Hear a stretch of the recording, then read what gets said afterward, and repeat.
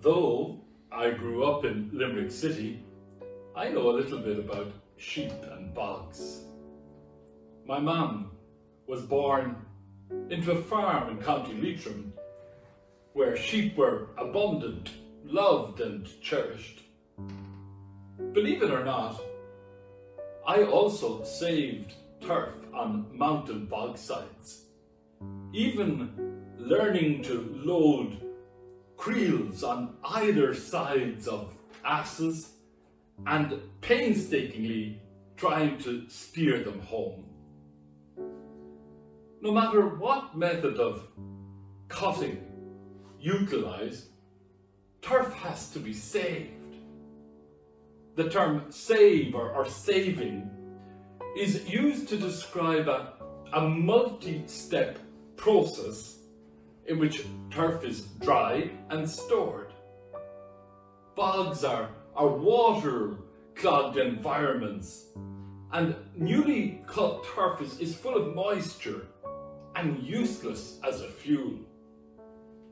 The drying process is very much weather dependent. This is why turf is cut during the summer.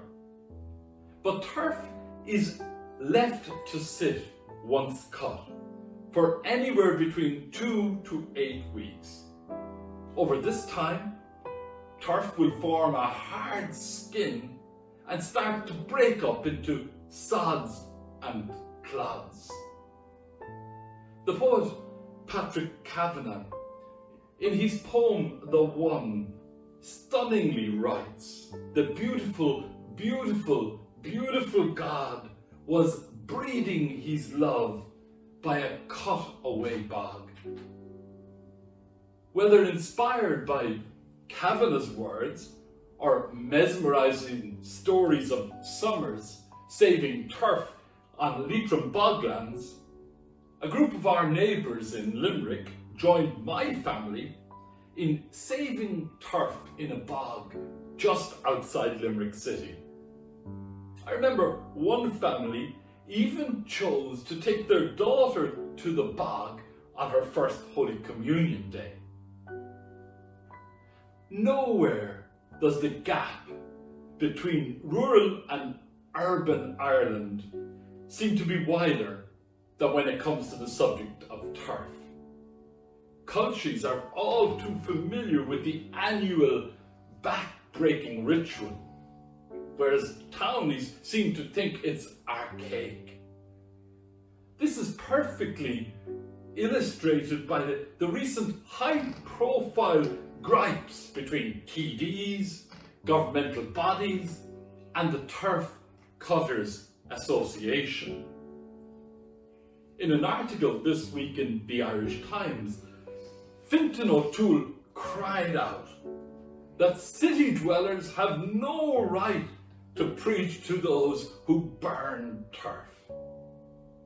He quoted research by the University of Maynooth showing that the level of the sea in Dublin Bay has been rising by between 6 millimetres and 7 millimetres a year between 2000 and 2016. Double the global rise in mean sea levels. Fintan, in his article, told an astonishing story of how 5 years ago, Dublin City Council spent €500,000 to lower a stretch of the seawall at Clontarf in Dundalk. Fintan in Dublin, not Dundalk.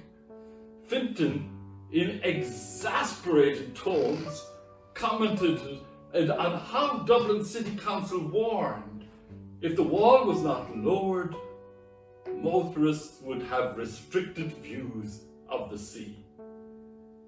The Good Shepherd's story has so many dimensions to it.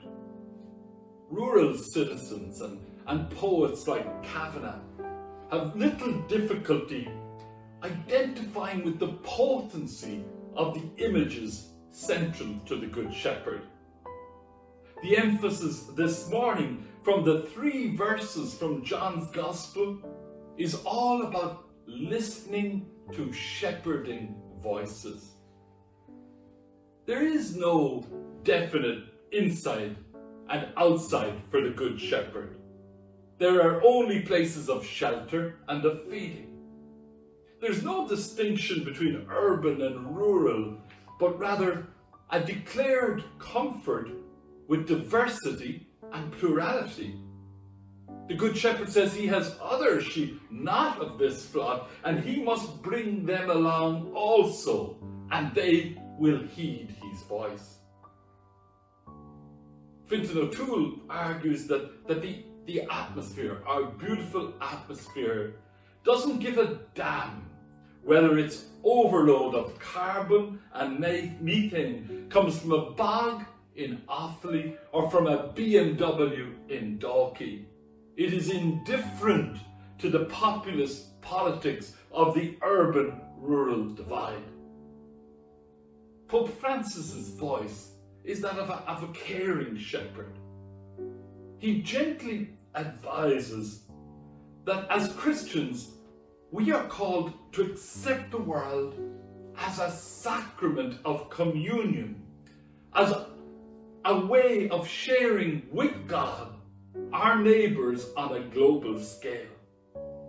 Furthermore, Francis reminds us that it is our humble conviction that the divine and the human meet in the slightest detail, in the seamless garment of God's creation, in the least speck of dust of our planet.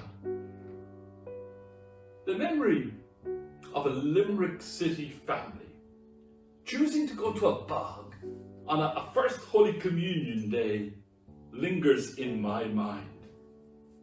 The joy of celebrating the Eucharist is that it shepherds us into peaceful diversity and shared table fellowship. It prepares us for our new we, welcoming as part of us people, those who seem totally and utterly different to us. Eucharist, little by little, inflames our hearts and minds to imagine the beauty of our common home and to work towards saving it.